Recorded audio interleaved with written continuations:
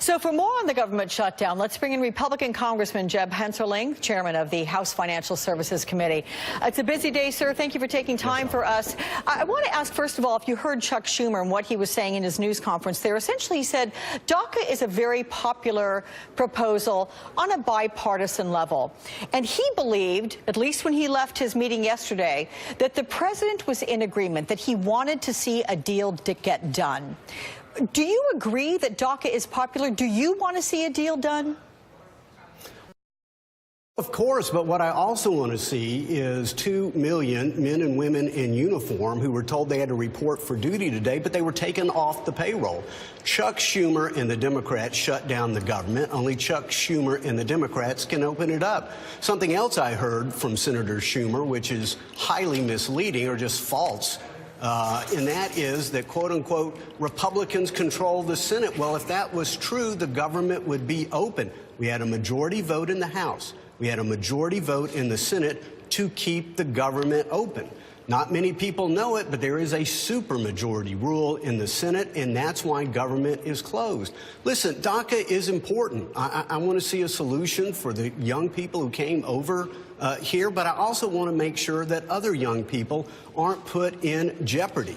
But the bottom line is, 4 years ago, Chuck Schumer said, you know, this is holding the government hostage. That's what he's doing. He is holding our troops hostage. And again, there's no DACA deadline in January. There's no DACA deadline in February.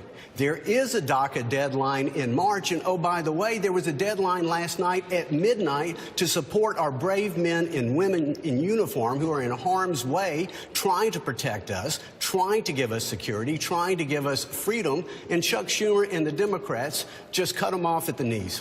Well, now, I think you were specifically referring to the fact that it takes 60 votes to get something passed there in the Senate. But the reality is, sir, that the Republicans do have the majority in the Senate, and that cannot be disputed whatsoever. But in terms of moving closer, they have the majority, but to get a spending bill done, you have to have a supermajority. I'm saying it's highly misleading. This is a spending bill. DACA has nothing to do with spending. As important as it is, it has nothing to do with spending, and there is no deadline. There is a deadline to keep the government open, and the only way it can be closed, the Democrat votes, and the only way it can be open is with Democrat votes. A deadline that has come and gone, and here we all sit today talking about the fact that on this, the one-year anniversary of this president's inauguration, we are in a government shutdown. The government is closed, technically speaking. So what is it going to take in your mind to bring about a resolution? Is there anything, sir, that you have heard, whether in committee or while talking with your colleagues on the floor, is there anything that indicates to you that you could come to some sort of a resolution today, a CR, and reopen the government anytime soon, or is this thing going to last a while? Well, again, both the House and the Senate with majority votes voted to keep the government open. There were good faith negotiations going on with DACA. We just want to make sure that further children aren't put in harm's way and that we don't have future DACA issues that we have to deal with. But nobody, Alex, is going to negotiate with a gun to their head. You know, Nancy Pelosi 4 years ago, called this legislative chaos. She called this legislative arson.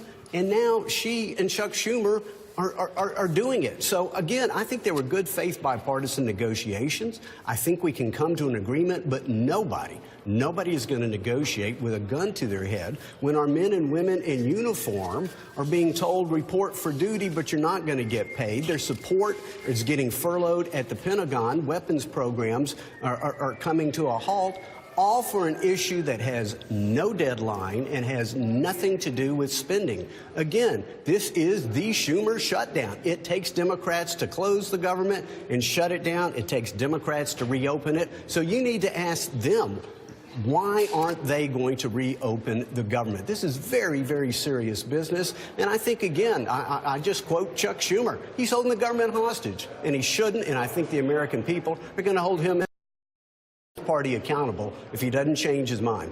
All right, Republican Congressman Jeb Hensarling.